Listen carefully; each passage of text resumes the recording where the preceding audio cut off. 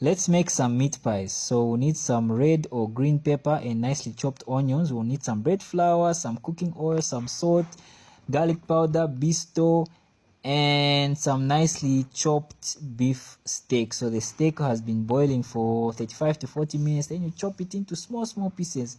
You boil it in some water with some cooking oil and some salt. Don't forget to like and follow for more of these videos. And we also need some buttercup margarine. Then we chop the meat into small pieces. I hope you've liked this video, okay? It helps me, it motivates me to make more videos.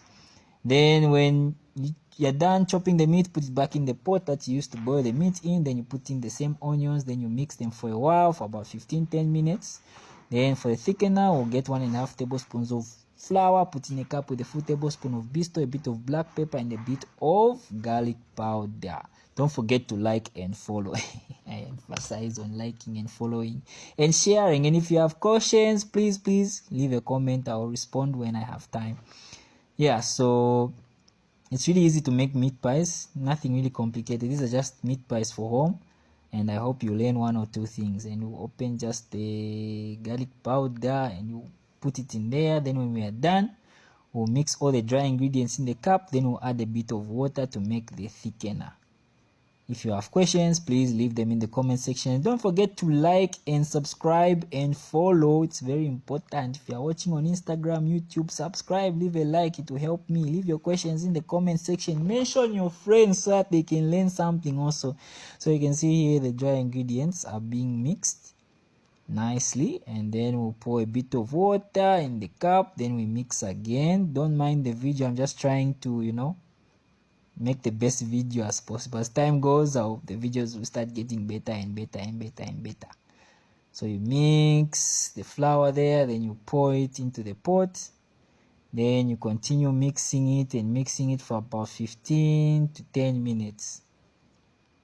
This is the recipe for the beef pie. I also have some secret ingredients that I will tell you if you pay me some money. Help you to support each other. After 10-15 minutes, it becomes thick and nice like that. You can see how it is, because pies are supposed to be soupy, not dry. Not my pie, ugula meat pie, mchev my potato mkati, pie a branch, like and follow.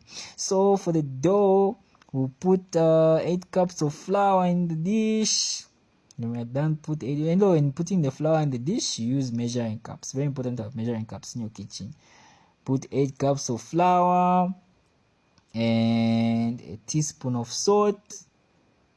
You put a teaspoon of salt, then you mix your dry ingredients. Make sure you mix your dry ingredients first. Then when you're done mixing your dry ingredients, you put 250 grams of butter into the bowl for flour. Don't forget to like and follow if you have not already. Yes, when you do that, then you get your butter. So this is 500 grams of butter. So I'm just going to use half of it, which is 250. Put it in the dish. Then with my hands now, I will start mixing the flour and the butter. Make sure you mix it nicely. You can see now it's finally mixed. It looks like crumbs, and you can even smell the butter. If you are making it, you smell the butter in the flour. Then you add some water into the bowl. For those who will ask, no, is it cold water, is it warm water, is it hot water? This is just room temperature water. You add water bit by bit and mix. You add water bit by bit and mix. You add water bit by bit, you mix, just like that. So the consistency of the dough shouldn't be too hard, it shouldn't be too soft. Then after mixing, it looks like this. You can see it. Pies are not difficult. Then you get your chopping board where you're going to be rolling from. Then you get a small piece of dough about the size of an egg or the size of a mukusufonshima, but a bit bigger. Then you smear some flour on your chopping board. Then when you smear flour on the chopping board, you get some flour, you sprinkle on top also. Then you roll with your rolling pin. You make sure you roll it to a very nice thickness. So the dough shouldn't be too thick, and again shouldn't be too thin. So you roll it nicely. It's not even difficult to roll. Oh no, pies are difficult. What? They're not difficult. So don't forget to like, subscribe, and follow. Leave a comment, mention your friends, and share the video. So when you've rolled your dough, you get some of your filling, and you put in the middle of your dough. For those who want physical lessons, just WhatsApp the number on your screen. Then we can make some arrangements. Then you close your pie. When you close your pie, you just dip with your fingers like that. And then you get a knife. And then you cut in the sides. Cutting the sides nicely. Don't forget to like and follow. Napapata, the farmer followers of Coco 10K. Mention, like, subscribe, share. If you have questions, leave in the comment section. So that's how we close our pies. Then we get the pie. If you want, you can do with like a fork on the sides. It's okay. And then you put it there. Your pie, your po, my mona pie. That's the pie there. So repeat the process. Let me show you again. Put some filling there. Don't forget to like the video. Oh, me, I'm emphasizing on liking. Don't just watch my videos, no liking.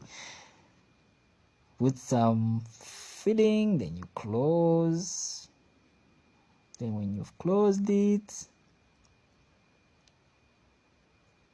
you get a knife. Then you cut. Be careful with the knife. This knife I was using was very sharp. You cut it on the sides, So if you want, you can add carrots in your filling. You can add potatoes, but not too much potatoes. Potatoes. They usually feel a bit dryish when you add too many potatoes. And you can get your fork, then you can do that as well. You don't need to poke on top. It's fine. Just like that, it's fine. As long as and again, don't put too much filling when you're doing this. Just put enough, and you put there on baking paper. If you don't have baking paper, you can just smear your baking pan with butter, then you put the pies directly on the pan. That's if you don't have baking paper. Then you get a brush. This brush, guys, this brush is a kitchen brush. It looks like a brush for painting, but guys, it's a brush. So you brush on top.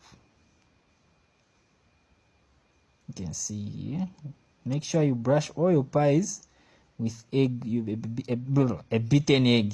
You brush. These are some of the other pies here. These are going to be frozen for the freezer. So that's how you brush your pies. You make sure you brush them everywhere. If you don't brush your pies, if you are not pie na ipia more than number, it's just looking white. So it's very important to brush your pies so that even when they are ready, they come out brownish. So the camera quality is not